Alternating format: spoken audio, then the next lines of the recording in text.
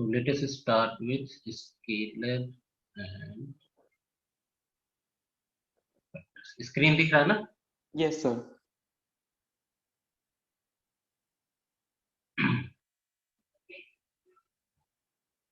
तो सबसे पहले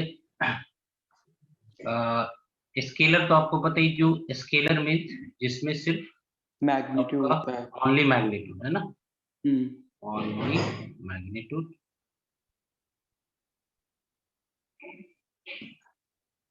इसमें जो होगा आपका बोथ मैग्नीट्यूड एंड डायरेक्शन है ना, बोथ मैग्नीट्यूड एंड डायरेक्शन। लेकिन एक चीज और आपका है कि आप लिखना चाहोगे या समझा तो इतना सफिशिएंट है, या नोट्स लिखना चाहोगे? मैं लिख रहा हूँ सर साथ साथ। लिख रहा हो ना साथ साथ? हाँ, तो ऐसे थोड़ा प्रॉपर लिखना पड़ेगा। इसमें लिखो स्केलर और दोज फिजिकल क्वांटिटीज, स्केलर में लिखेंगे these are physical quantities which have only magnitude and no direction, which have only magnitude and no direction। For example, अब इसमें आप एग्जाम्पल में जैसे आप लेंथ है ना, लेंथ ले लो, टाइम, स्पीड है ना, यस सर। Volume etcetera. उसके बाद लिखेंगे वेक्टर, नेक्स्ट हेडिंग देंगे vectors. Yes. These are physical quantities which have both magnitude and direction yes sir. as well as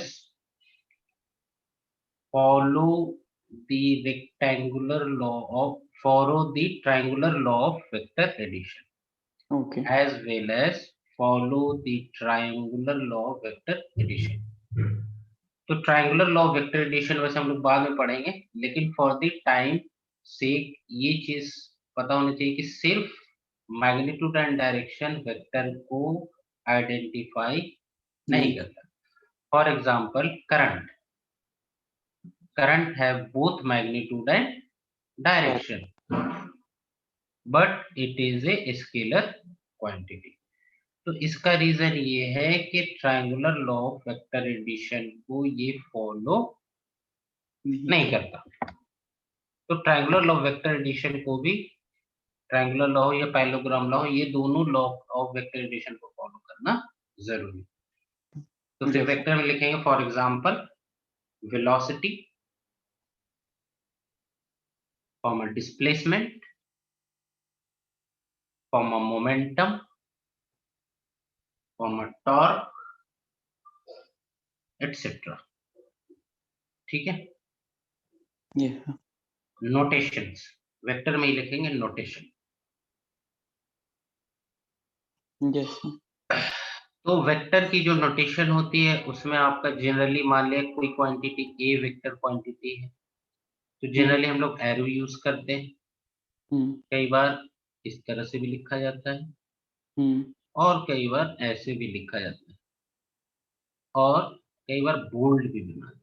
आपको एनसीईआरटी वगैरह में आपको बोल्ड किया होगा, लेकिन हम लोग यूज इसको करेंगे और इसको करेंगे most of the time. Okay sir. ठीक है। Yes sir. उसके बाद लिखेंगे उसके बाद मोस्ट आपका आता है types of vector. Yes sir. Types of vector first लिखेंगे लाइक यूनिट वेक्टर। ठीक है, unit vector. Yes sir. these are vectors these are vectors these are vectors of unit magnitude. These are vectors of unit magnitude. Yes.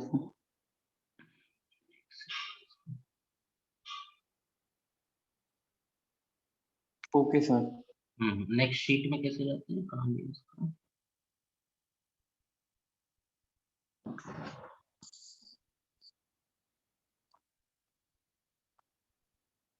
तो ये आपका होगा unit vector में जो सिर्फ और सिर्फ जिसका इसका मैग्नीट्यूड क्या होगा, यूनिट होगा। तो अगर इसका जो नोटेशन होगा, नेक्स्ट शीट में कैसे जाते हैं इसमें, इसको ऑप्शन कहाँ था, एक सेकंड।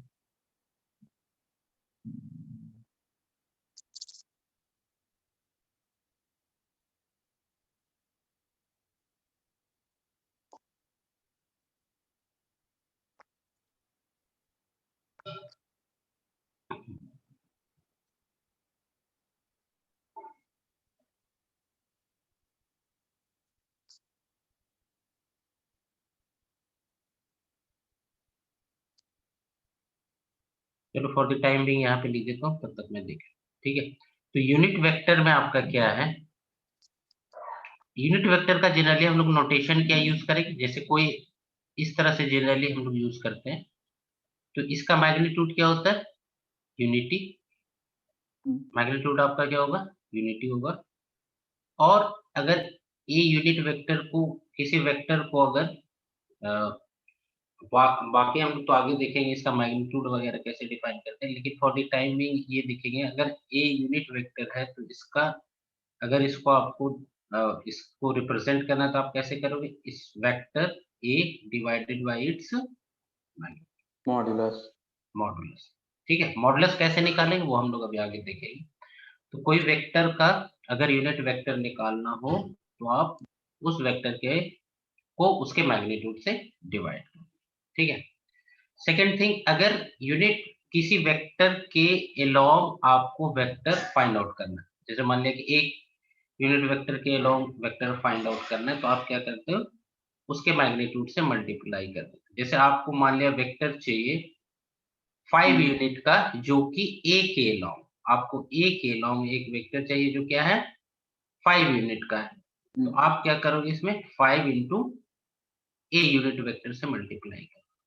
तो यूनिट वेक्टर का एक रोल ये भी होता है कि आप उस जितना मैग्नीट्यूड चाहे आप मल्टीप्लाई कर दो यूनिट वेक्टर में, उस डायरेक्शन में एक आपको नया वेक्टर मिल जाएगा, ठीक है। उसके बाद हमारा क्या होता है, मोस्टली जो यूनिट वेक्टर आपका यूज होगा वो एक्स वाई जेड और एक्स वाई और जेड एक्सिस के जनरली हम लोग यूज करेंगे। तो मान लिया ये एक्स वाई जेड एक्सिस है, तो हम लोग एक्स डायरेक्शन में जो यूनिट वेक्टर लिखते हैं वो क्या होता है, आई, ठीक है। वाई डायरेक्शन में जो लिखेंगे वो क्या कहलाता है, जे। और जेड डायरेक्शन में जो यूनिट वेक्टर होगा वो क्या कहलाएगा, के। और इनका magnitude mod of I will be equal to mod of J will be equal to mod of K, और सबका मैग्नीट्यूड क्या होगा, आई जे के का आपका मैग्नीट्यूड क्या लेंगे हम लोग, 1, ठीक है। सेकंड में लिखेंगे जीरो वेक्टर और नल वेक्टर। कई बार आपका जीरो वेक्टर भी मिलता है, तो जीरो वेक्टर बहुत ज्यादा यूज का नहीं है, मतलब इसमें लिखो it is a vector of zero magnitude. Okay sir. It is a vector of zero magnitude, it is also called null vector. Zero vector को और क्या हम लोग बोलते हैं, नल वेक्टर। तो इसकी डायरेक्शन एक्चुअल में डिफाइन नहीं, ठीक है। वैसे हम लोग रिप्रेजेंट इस तरह से करते हैं जीरो वेक्टर, बट इसकी डायरेक्शन डिफाइन नहीं है, तो आप लिख लो इसमें direction is not defined, direction is not defined. Okay sir. Next is parallel vector. ये टाइप ऑफ वेक्टर में नहीं आए, एक वेक्टर की प्रॉपर्टी में अगर किसी वेक्टर के आपको पैरेलल एक वेक्टर ड्रॉ करना, ठीक है। तो ये तो जनरली हो गया आपको जीरो वेक्टर यूनिट वेक्टर एक इसका टाइप में आ गया। दूसरा हम लोग नेक्स्ट सेपरेट हेड देंगे पैरेलल वेक्टर और इक्वल, ऐसा लिखो पहले इक्वल वेक्टर लिखो, पहले लिखो equal vector, next heading equal. Yes sir. तो दो वेक्टर आपको इक्वल कब कहलाएगी, जब वो बिल्कुल क्या हो, आइडेंटिकल, मतलब कि जैसे कोई वेक्टर एक ये ए है ना? Yes sir. तो दूसरा वेक्टर बिल्कुल या तो मैग्नीट्यूड भी सेम हो और डायरेक्शन भी क्या हो? सेम हो। हाँ, पैरेलल इसके हो सकता है, पैरेलल शिफ्ट करने से वेक्टर में कोई फ़र्क नहीं पड़ता। तो ये आपस में ये दोनों क्या हैं? पैरेलल। Yes sir. अगर 2 वेक्टर्स के बीच कोई इंक्लिनेशन नहीं है, कोई एंगल नहीं है, तो वो क्या कहलाएँगे आपस में? पैरेलल कहलाएँगे। तो पैरेलल हो और मैग्नीट्यूड अगर सेम हो जाए, तो दोनों वेक्टर क्या कहलाएँगे? Equal vector. तो इसमें यस लिख लें sir. Two parallel vectors of equal magnitude two parallel vectors of equal magnitude yes sir. are known as equal vectors or identical vectors. Okay sir. Equal vectors or identical vectors. ठीक है। दूसरा ये समझने का है, जैसे अगर मान लिया कि किसी वेक्टर को आपको मैग्नीट्यूड बढ़ाना या घटाना है, मान लिया मैंने ए को 5a कर दिया सपोज, है ना? Yes sir. तो 5a कर दिया तो इसकी मैग्नीट्यूड 5 टाइम्स क्या हो जाएगी? बढ़ जाएगी उसी डायरेक्शन में। Yes sir. लेकिन अगर यही वेक्टर आप -5a कर दो, तो इसका डायरेक्शन क्या हो जाएगा? Reverse opposite. हो जाएगा। मैग्नीट्यूड इसका 5a ही रहा, लेकिन डायरेक्शन क्या होगी? चेंज। रिवर्स होगी। ठीक है? तो ये कुछ प्रॉपर्टी ऑफ वेक्टर हो गए। यूनिट वेक्टर हमने देखी है। किसी वेक्टर को पैरेलल वेक्टर कब कहेंगे? जब एंगल 0, कोई इंक्लिनेशन नहीं। हम्म। और सुपर वेक्टर कब कहेंगे? जब मैग्नीट्यूड और डायरेक्शन दोनों सेम हो। Unit yes vector sir. कब कहलाएगा? जब उसका मैग्नीट्यूड यूनिटी हो। हमने हम्म। देखा कि एक्स वाई जेड डायरेक्शन में जो यूनिट वेक्टर्स होते हैं वो क्या होते हैं? आई, जे और के। ठीक। इसके बाद में हम लोग और डिटेल में यूनिट वेक्टर निकालना वगैरह सीखेंगे जब हम लोग कंपोनेंट ऑफ वेक्टर पढ़ेंगे। तो यस अब सर। आपका जो नेक्स्ट आता है वो आता है आपका कंपोनेंट ऑफ वेक्टर। ठीक है। अभी हमने देखा आपका अ, अ, कि आपका यूनिट वेक्टर क्या हुआ। अब हम लोग देखेंगे कि कंपोनेंट ऑफ वेक्टर। तो हेडिंग दो component of. Okay sir.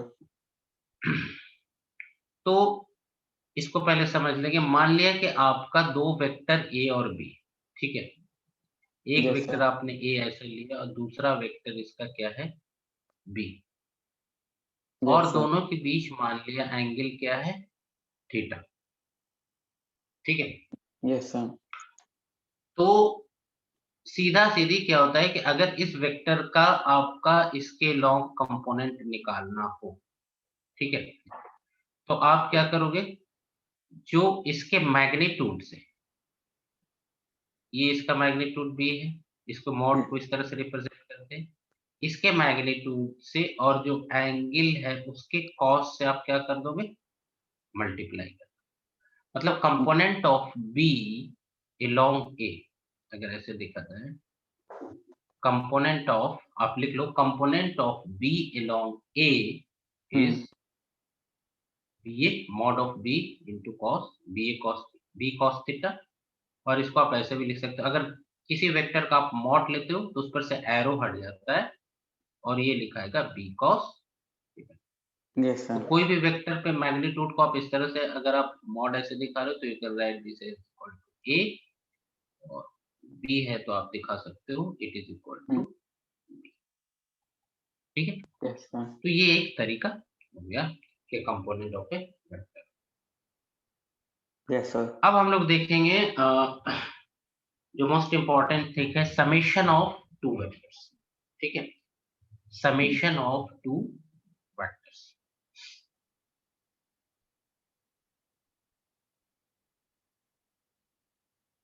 Yes sir. तो इट इज वेरी इंपॉर्टेंट, जो मोस्ट इंपॉर्टेंट टॉपिक है। बाकी एक्स वाई जेड आई जे के बारे में मैं इसके बाद बता दूंगा। पहले और थॉट के आपको, पहले मैं आपको समेशन बता दूं। समेशन के बाद फिर हम लोग कंपोनेंट में और वेक्टर को कैसे ब्रेक करना है वो सारी चीजें सीखेंगे। तो आप हेडिंग देंगे समेशन ऑफ फैक्टर्स और एडिशन ऑफ फैक्टर्स। ठीक है। Yes sir. तो होता क्या है समेशन ऑफ वेक्टर में, हम लोग एक सबसे पहले triangular law of vector addition देखेंगे। इसमें दो तरीके से किया जाता है। पहला क्या होता है? Triangular law of vector addition.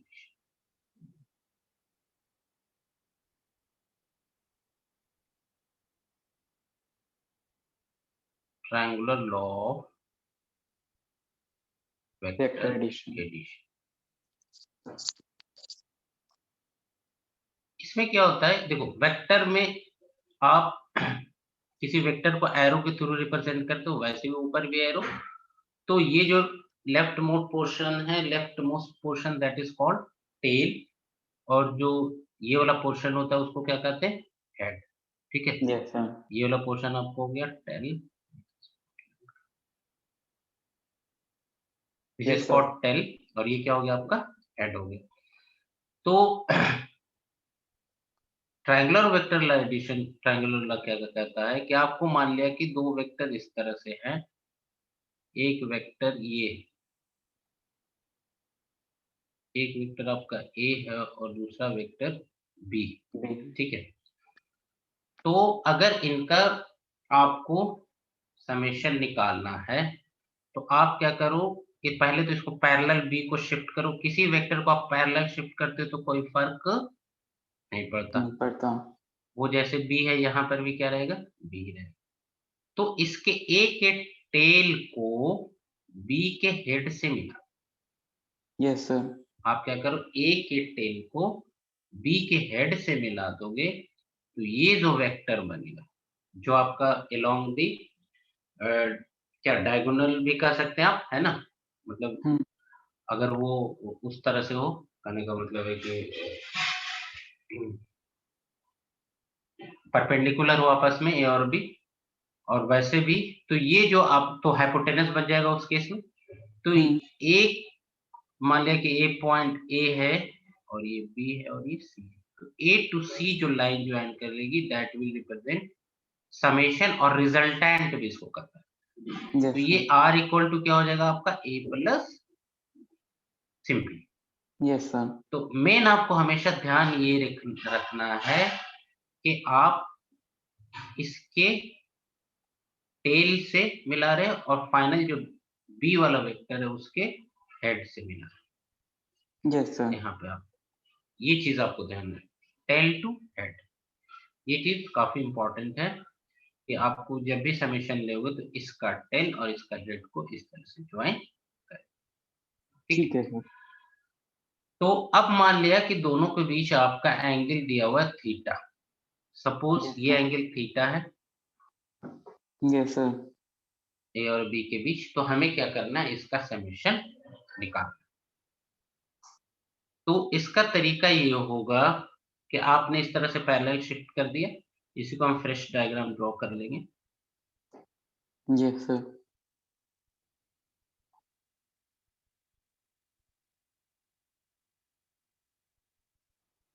ये आपका वेक्टर था ए, दूसरा वेक्टर था बी, दोनों के बीच एंगल थी थीटा। अब आपने क्या किया, ए के पैरेलल इसको शिफ्ट कर दिया। Yes sir. ठीक है, तो ए बी आप ऊपर भी ले सकते हो और नीचे भी ले सकते हो। ठीक है, तो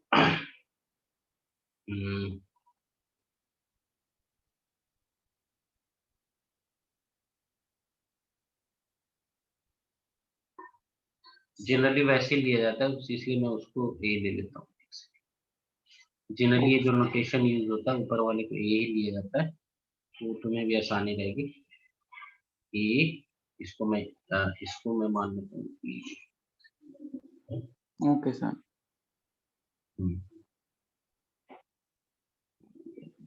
इसको मान लिया, ठीक है। तो यहाँ पर भी ये बी हो गया। अब ये वाली एंगल क्या हो गई, जब ये एंगल थीटा तो ये भी एंगल थीटा आ गया। अब इसका तरीका ये है कि इसका तरीका ये होता है, आपने इसको पैरेलल शिफ्ट कर दिया, इसको वैसे मिला दो और यहाँ से यहाँ ज्वाइन कर दो, ये तो रिजल्टेंट होगा, है ना। Yes sir. ये वेक्टर आर होगा। तो इसका तरीका होता है, आप इसको ए मान लो, इसको बी मान लो, इसको सी मान लो, और यहाँ से एक परपेंडिकुलर ड्रॉ कर। ठीक है, तो ऑब्वियस सी बात है, ये कितना आ जाएगा, ये बी है तो ये कितना होगा परपेंडिकुलर, सी डी कितना हो जाएगा, सी डी की वैल्यू क्या होगी, ये हाइपोटेनस हो गया ना B C, B C is hypotenuse, Yes, sir. तो CD की वैल्यू क्या होगी? BC square minus BD square. हाँ, वो भी होगी, लेकिन इन टर्म्स ऑफ अगर साइन थीटा और कॉस थीटा के टर्म्स में लिखा जाए, तो इस ट्रायंगल में, इन ट्रायंगल अगर मैं BCD की बात करूं, तो आप इसको लिख सकते हैं कि नहीं, B sine theta. Yes, sir. Sine theta is perpendicular upon hypotenuse, और ये क्या हो जाएगा? B cos Cos theta theta. हो जाएगा। Yes, sir. तो इसमें आप लिख लो, consider two vectors A and B, consider two vectors A and B Yes, sir. inclined at an angle theta. Yes, sir. Inclined at an angle theta. We have to find sum of vectors A and B.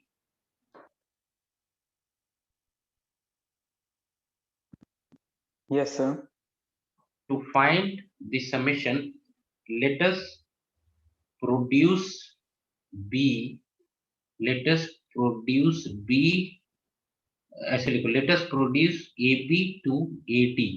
Let us produce AB to AD as shown in figure. Yes, sir. वो diagram बना लेंगे, है ना। Hmm. Now draw perpendicular from C to D. Now draw perpendicular from C to D. Yes, sir. ठीक है। Yes, Now sir. in right angle triangle B, now in right angle triangle ACD. Now in right angle triangle ACD, right angle triangle हो गया। आप क्या लिखोगे? We can write AC square will be equal to AB square, sorry, AD square, AD square plus क्या लिख सकते हैं इसको? Hmm. CD square. Yes, sir. AC square को आप क्या लिख सकते हो? AD square plus AD CD square. Square plus CD square. Yes, sir. लिख सकते हैं, नहीं लिख सकते हैं? लिख सकते हैं। AC तो वही आपका रिजल्टेंट है ना। R जो है, तो R स्क्वायर इक्वल टू आप क्या लिख सकते हो? AD square. AD को आप क्या लिख सकते हो? AB plus BD square Yes, sir. Plus CD square. Yes, sir. तो यहाँ से आपका आ गया R square will be equal to, क्या था लेफ्ट साइड में, राइट साइड में?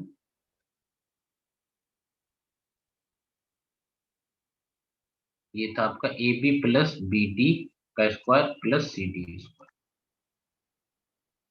AB प्लस BD का स्क्वायर प्लस CD।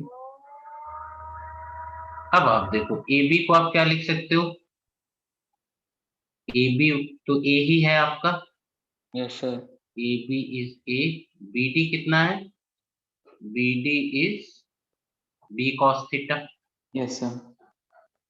तो ये हो गया B cos square CD plus CD कितना था आपका? B sin theta. का। तो यहाँ से आप लिखोगे A प्लस बी का होल स्क्वायर, और A square plus B square Square cos cos square square theta theta plus plus 2 2AB B cos theta theta plus B plus square sin square theta. B square sin square theta. Yes, sir. तो यहाँ से आ गया आपका A square common ले लो, plus यहाँ से B square common, ठीक है। B स्क्वायर कॉमन ले लो तो cos square theta plus sin square theta Theta. Plus 2AB Cos theta. cos theta, है Yes, ना। sir. तो यहाँ से आपका आ गया equal to A square plus B square plus 2ab cos theta cos theta. ये आ गई आपका r स्क्वायर। तो Yes, यहाँ से आप r का वैल्यू टू रिजल्टेंट का मैग्नीट्यूड आ गया, that to a square plus b square plus 2ab और ये आ गया अंडर रूट दिस। यही हो गया रिजल्टेंट का फार्मूला। ठीक है, ये वेरी वेरी इंपॉर्टेंट, आपको हर समय यूज होगा वेक्टर के एडिशन में। और कई बार आपको पूछ देता है कि derivation for resultant vector of two vector A and B, नहीं भी पूछता है अगर, तो ये आपको यूज तो हमेशा होना ही है, इसके बिना आपका काम नहीं चलेगा, ये ओके आपको सर। पता होना चाहिए। ठीक है, अब इसको आप r को क्या लिख सकते हो, r इज रिजल्टेंट, यानी r को आप ऐसे भी लिख सकते हो mod of, actually r vector क्या था, a प्लस बी, रिजल्टेंट ही तो था, तो इसको आप यस ऐसे सर। भी लिख सकते हो r यानी मॉड r का मतलब mod of a plus B, है ना। यस तो सर। ये mod of a plus B कितना आ गया, equal to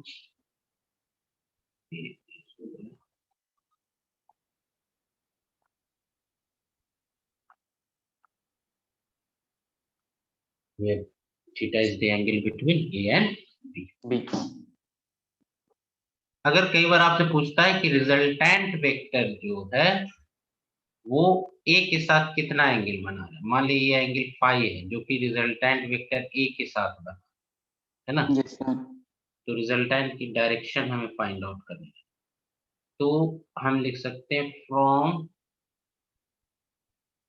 triangle A, from triangle आप कौन सा लिखोगे, A C D, from triangle A C D, from triangle A C D आप लिख सकते हो tan phi, resultant phi angle बना रहा है ए के साथ, यस सर। तो tan फाई की वैल्यू आप क्या लिख सकते हो, tan phi will be C D upon A D, C D upon A D, ED. C D upon A D. C D कितना है, सर वो बी साइन थीटा। हाँ C D B sine theta, और A D को आप क्या लिखोगे, sir AD B cos theta. नहीं ए डी नहीं था ना, वो तो बी डी था, यस सर। ए डी को आप लिखोगे A B plus B D, ED. है ना। तो इसको आप लिखोगे B sine theta divided by A B, तो आपका कितना है, ए ए है वेक्टर था प्लस बी डी प्लस है B B sine cos cos theta. B D B cos. तो यहाँ से tan फाई की वैल्यू कितनी आएगी, B sine theta upon A plus B cos theta. इसको आप डायरेक्टली ये भी लिख सकते हो, phi equal to tan inverse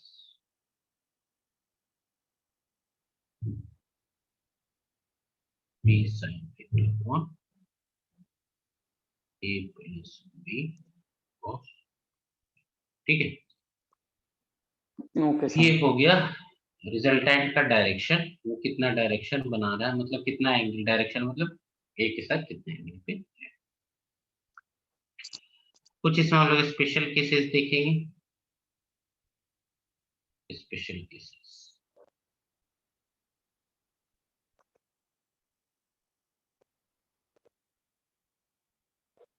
special cases में आ जाते हैं केस वन, पैरेलल वेक्टर्स।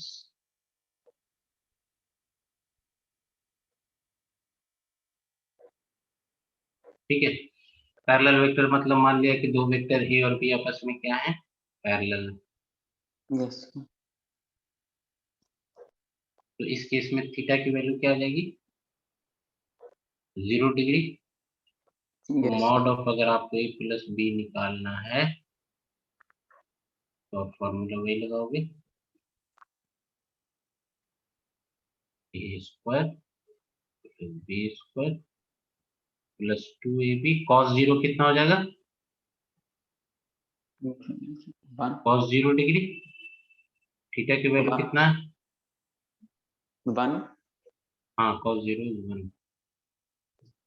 तो आपका a square b square plus 2ab into 1, ये क्या आ गया?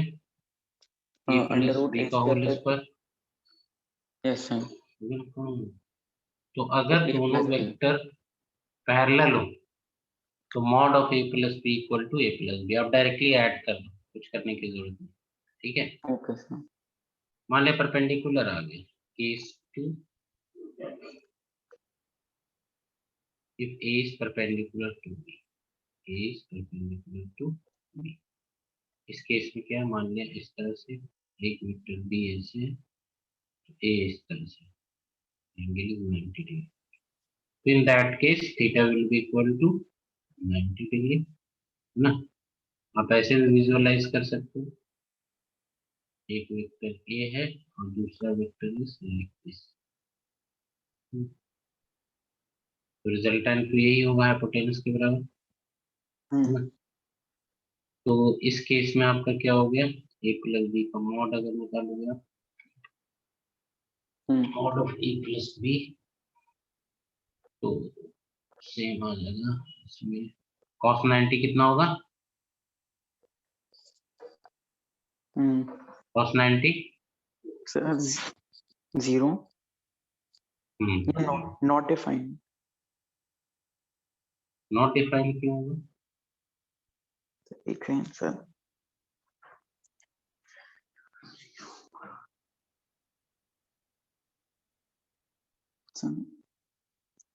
cos cos 90 इज 0, ठीक है। Yes sir. एक ट्रिक तो मैं बता देता हूँ जो कभी नहीं बोलोगे, ठीक है। तो 2ab into 0 equal to, sorry 0 नहीं, मतलब ये वो टर्म 0 हो जाएगा, तो अंडर रूट ए स्क्वायर प्लस बी स्क्वायर। ये क्या हो गया, ठीक है। एक छोटा सा तुमको ट्रिक बताता हूँ जो एंगल कभी नहीं भूलोगे।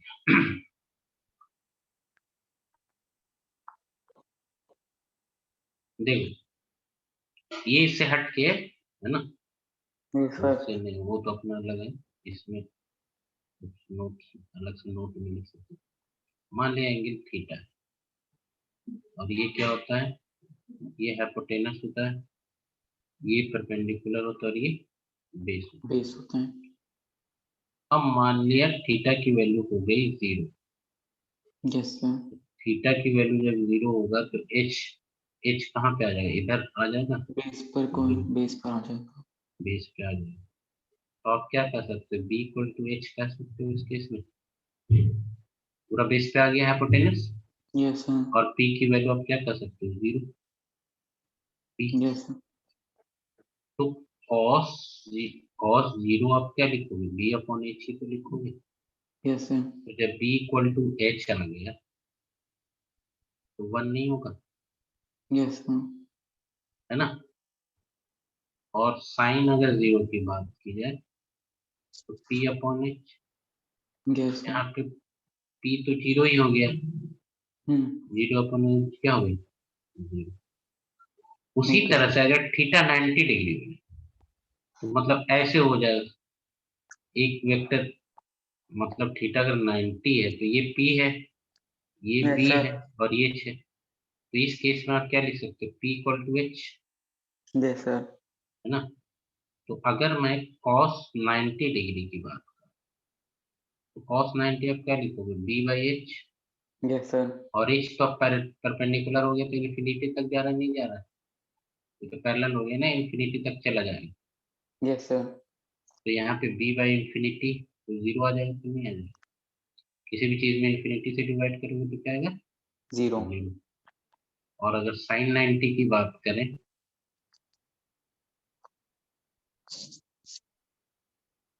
साइन 90 डिग्री क्या लिखोगे, पी बाई एच, और पी और एच इक्वल हो गए यस सर। तो एच वैल्यू 1 आएगा नहीं आएगा, आएगा। तो कभी बोलोगे आप? नहीं सर। तो ये हर एक चीज के पीछे ट्रिक होता है, कभी कभी बता दिया करूँ बीच में, हमें ज्यादा टाइम नहीं है लेकिन क्लास में बता देता हूँ कभी कभी।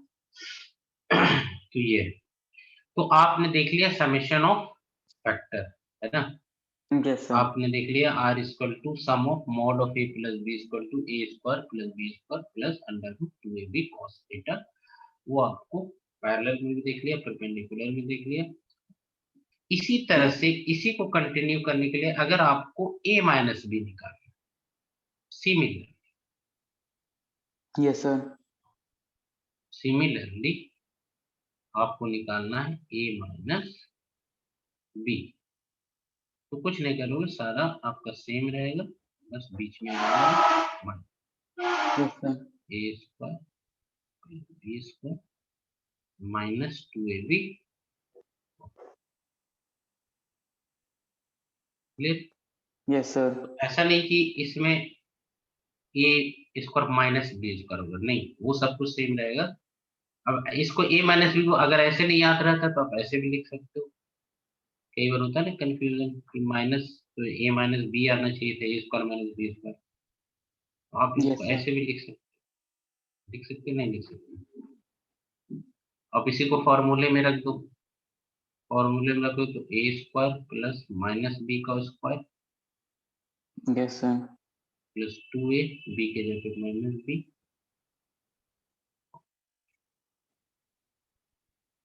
स्क्वायर होने से इस पे फर्क तो नहीं पड़ेगा, यस तो सर। ऐसे ही आ जाएगा A square plus B square, ये क्या हो जाएगा बी। तो a minus B is A square plus B square minus 2ab। Yes अगर सर। डायग्राम के थ्रू रिप्रेजेंट किया जाए तो a माइनस बी को, तो अगर a वेक्टर इधर है तो पहले हम लोग b क्या लेते थे, ऊपर लेते थे, यस सर। है ना? b को लेते थे ऊपर। अब क्या करोगे आप, माइनस बी करना है, समझ लो। तो b पहले इधर हुआ करता था, माइनस बी इधर हो जाएगा। Yes sir. ये पहले b हुआ करता था, तो अगर ये एंगल थीटा है तो ये एंगल भी थीटा ही रहेगा, है ना? ये तो पैरेलल है आपस में, तो ये एंगल कितना हो जाएगा 180 माइनस थीटा। Yes sir. तो जो रिजल्टेंट वेक्टर आएगा, एक तो वेक्टर एक ये ए है और दूसरा वेक्टर क्या है माइनस बी, और ये क्या आएगा आपका यस सर। ये वेक्टर जो आपका देगा वो देगा ये माइनस। तो ये मतलब ग्राफिकल रिप्रेजेंटेशन है, बाकी फार्मूला तो वैसे ही रहेगा, ठीक है? Okay sir. या थीटा की जगह पर आप 180 माइनस थीटा का फार्मूला रख दो तो भी ये माइनस बी का आ गया, ठीक है? तो actually summation is a addition. आप क्या कर सकते हो कि एक वेक्टर को आप रिवर्स करके ऐड कर दें, मतलब जो subtraction, sorry subtraction is also addition, और आप क्या करते हो एक वेक्टर को रिवर्स करके ऐड कर दें। इस यस सर। सेंस में भी आप समझ सकते हैं, ठीक है? यस तो सर। इसमें हम लोग एक एग्जांपल ले लेते हैं।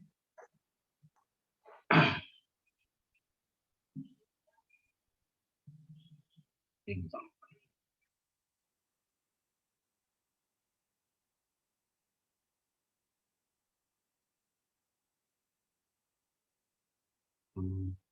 इसमें लिखो find the angle between two identical vectors yes sir. such that yes sir. the resultant vector yes sir. have same magnitude as the individual vector, as the same magnitude as the individual vector।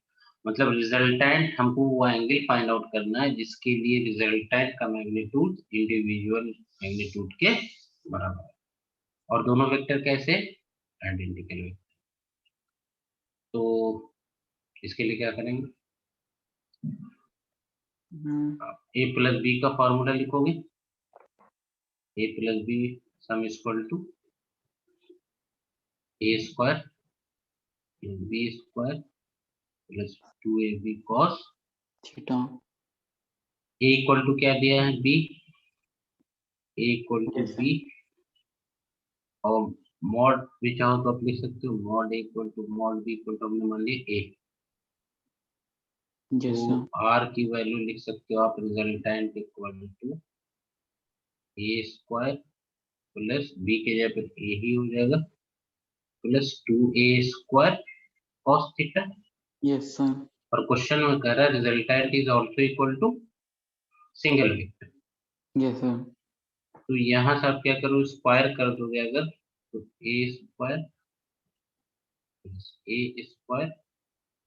Plus 2a square cos theta will be equal to A square. Yes, sir. A square common ले लें। A square तो cancel out हो जाएगा यहाँ पर, Yes, sir. एक ए square cancel out, तो आप यहाँ से लिख सकते हो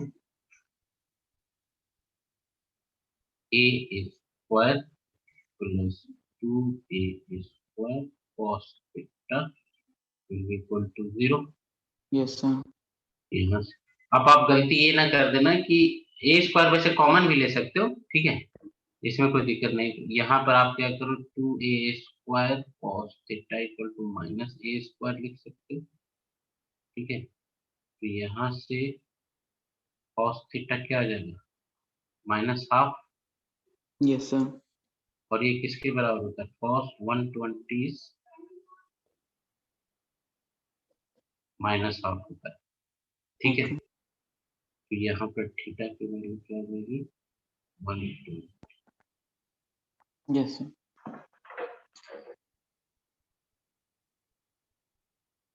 ठीक है, Okay, sir. तो आज फिर इतना ही रखते हैं, है ना। बाकी नेक्स्ट क्लास में आपकी टाइमिंग कैसे कितने वही है ना, 9 से 10 की रहेगी, है ना। Yes, sir. नहीं सर 8:30 से 10 हाँ बोला सॉरी, था। हाँ 8:30 to 10, Okay, sir. 1.5 घंटे का है। तो आज हम हैविंग तो 10 तक ही रखेंगे वैसे, है ना, 10 के बाद तो Yes, sir. तो आज इतना ही रखते हैं, बाकी नेक्स्ट क्लास है आपको वही टाइम। Okay, sir. ठीक है, Thank you so much, sir. Okay. Thank you, sir.